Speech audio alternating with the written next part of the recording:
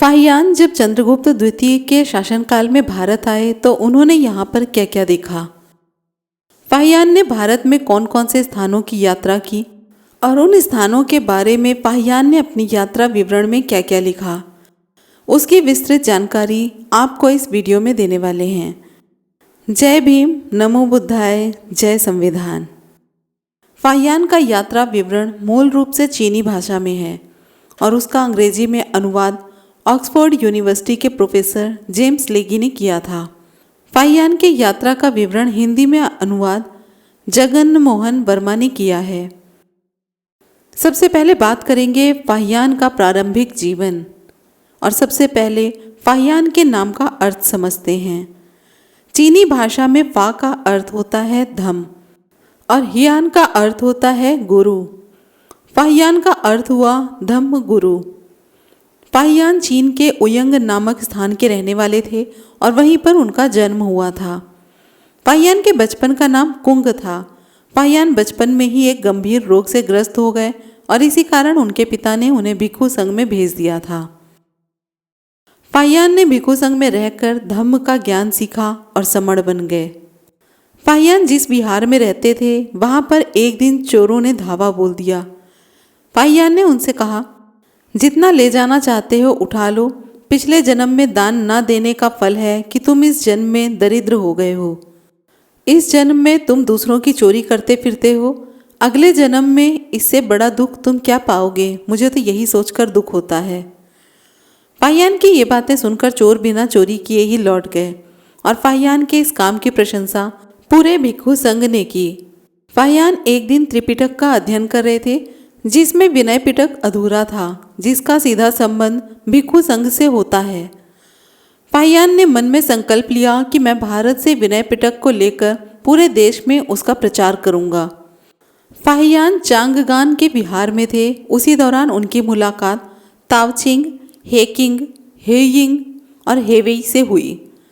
पांचों भिक्षुओं ने यह मिलकर निश्चय किया कि हम लोग भारत की यात्रा पर चलेंगे और वहां से त्रिपिटक की प्रतियां अपने देश में लाएंगे और उनका प्रचार पूरे देश में करेंगे।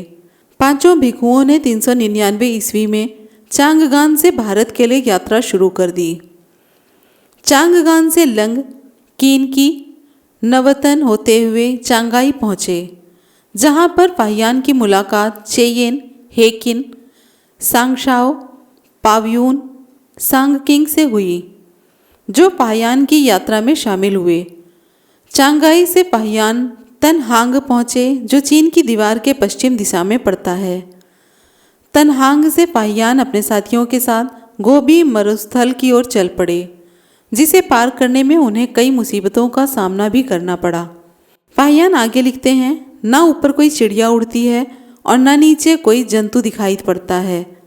आंख उठाकर जिधर देखो कहीं चारों ओर जाने का मार्ग नहीं सूझता। बहुत ध्यान देने पर भी कोई मार्ग नहीं मिलता। हाँ, मुर्दों की सूखी हड्डियों के चिन्ह अवश्य मिलते हैं। गोबी मरुस्थल को पार करके फाहियान शेनशेन जनपद पहुँचे। शेनशेन से उहे देश पहुँचे और उहे से खुतन जनपद पहुँचे। खुतन जनपद के बारे में अपने लेखों में फाहियान ने लिखा है कि यह जनपद बहुत वैभवशाली है। यहाँ पर रथ यात्रा का आयोजन किया जाता है और भगवान बुद्ध की मूर्ति रथ में रखी जाती है। दोनों ओर 2 बोधिसत्व की मूर्तियाँ रखी जाती हैं। सभी मूर्तियाँ सोने चांदी से निर्मित होती हैं। राजा अपना मुकुट उतारता है, नए कपड़े धारण करता है और अपने हाथ से फूल बरसाता है। खुतन के बाद फाहियान जीहो, कीचा, तोले, उद्यान, सुहोतो के बाद गंधार पहुँचे, जहाँ पर सम्राट अशोक के वंशज धम्मवद्धन का शासन था। गांधार से फाहियान तक्षशिला पहुँचे और तक्षशिला से पुरुषपुर अर्थात आज के पेशावर जनपद पहुँचे, जहाँ पर फाहियान ने 400 हाथ ऊंचा और अनेक रत्नों से जड़ित राजा कनिष्क के द्वारा बनवाया गया धम्म स्तूप देखा, जो जम्बूद्वीप का सबसे सुंदर स्तूप माना जाता था। भगवान बुद्ध का भिक्षा पात्र भी इसी जनपद में है। फाहियान के कुछ साथियों ने भगवान बुद्ध के भिक्षा पात्र की पूजा की और वापस अपने देश लौट आए। पेशावर से फाहियान नगरहरा जनपद पहुँचे और वहाँ से हिमालय की पहाड़ियों में चले गए, जहाँ पर अत्यधिक ठंडी हवाएं चल रही थी। पाहियान के साथी ठिठुर कर मूक रह गए। हेकिंग तो बीमार हो गया और उसने पाहियान से कहा, मैं तो नहीं जी पाऊंगा, तुम सब तत्काल यहाँ से भागो, ऐसा ना हो कि हम सब यहीं मर जाएं। इतना कहकर वह मर गया। पाहियान उसके शव को पीट पीट कर रोने लगा कि मुख्य उद्देश्य पर पानी फिर गया, हम क्या करें। इसके बाद पाहियान लोई, पोना, हिंदू होते हुए पंजाब पहुँचे, जहाँ पर बौद्ध धर्म का बहुत बड़ा प्रचार था। पंजाब के बाद पाहियान मताउला पहुँचे, जो कि अब मथुरा है, जहाँ पर उन्होंने कई विहारों को देखा जिनमें 3000 से ज़्यादा भिक्षु रहते थे और यहाँ के सभी राजा बुद्ध के अनुयायी थे। पाहियान आगे लिखते हैं कि इस देश का कोई निवासी न जीव हत्या करता है, न मद्यपान करता है और न ही लहसुन प्याज खाता है। मथुरा के बाद पाहियान संकिसा पहुँचे, जो कि फर्रुखाबाद जिले में है। संकिसा के बारे में पाहियान लिखते हैं कि यहाँ पर जैन आचार्य और समण भिक्षुओं के स्थान को लेकर विवाद चल रहा था। संकिसा के बाद पाहियान कन्नौज पहुँचे, जहाँ पर नाग विहार में उन्होंने वर्षावास बिताया। कन्नौज के बाद पाहियान साकेत यानी कि अयोध्या पहुँचे, जहाँ पर उन्होंने कश्यप बुद्ध, कुक्कुछंद बुद्ध, कनक मुनि बुद्ध, गौतम बुद्ध के स्तूप देखे। साकेत के बाद पाहियान श्रावस्ती पहुँचे, जहाँ पर उन्होंने जेतवन विहार देखा। यहीं पर पाहियान ने भगवान बुद्ध का एक बड़ा स्तूप देखा और उसी के पास एक जैनियों का देवालय भी था। पाहियान आगे लिखते हैं कि जब सूर्य पश्चिम दिशा में रहता था तो भगवान बुद्ध के विहार की छाया जैनियों के देवालय पर पड़ती थी, परंतु जब सूर्य पूर्व दिशा में रहता था तब जैनियों के देवालय की छाया भगवान बुद्ध के विहार पर नहीं पड़ती थी। पाहियान आगे लिखते हैं कि यहाँ पर देवदत्त के अनुयायियों के भी संघ हैं और वह सिर्फ कश्यप बुद्ध, कुक्कुछंद बुद्ध, कनक मुनि बुद्ध की पूजा करते हैं, परंतु भगवान बुद्ध की पूजा नहीं करते हैं। श्रावस्ती के बाद पाहियान कपिलवस्तु पहुँचे, जहाँ पर न राजा है न प्रजा है, केवल खंडहर और उजाड़ है। पाहियान ने यहाँ पर भगवान बुद्ध का महल देखा और उनमें उनकी माता की प्रतिमा बनी थी। पाहियान आगे लिखते हैं कि नगर के पूर्व में राजा का बाग है और उस बाग का नाम लुम्बिनी वन है, जहाँ पर कुमार का जन्म हुआ था। कपिलवस्तु के बाद पाहियान कुशीनगर पहुँचे। नगर के उत्तर में शाल के 2 वृक्षों के मध्य निरंजना नदी के किनारे भगवान बुद्ध ने उत्तर दिशा की ओर सिर करके परिनिर्वाण प्राप्त किया था। कुशीनगर से पाहियान वैशाली गए, जहाँ पर महावन कूटागार विहार देखा। कुशीनगर से पाहियान पाटलिपुत्र पहुँचे और उस समय पाटलिपुत्र का नाम पुष्पपुर था। पाहियान ने यहाँ पर सम्राट अशोक का महल देखा और यहीं पर एक बमन कुमार नामक बौद्ध भिक्षु से मुलाकात हुई, जो बहुत ही तर्कशील और ज्ञान संपन्नता था। पाटलिपुत्र से पाहियान राजगृह गए, जहाँ पर अज्ञात शत्रु ने भगवान बुद्ध से 42 सवाल पूछे थे। नगर के उत्तर में वेणुवन विहार पड़ता है, जो अब तक मौजूद है। राजगृह से पाहियान नालंदा गए, जहाँ पर सारिपुत्र का स्तूप देखा। पाहियान बोधगया भी गए।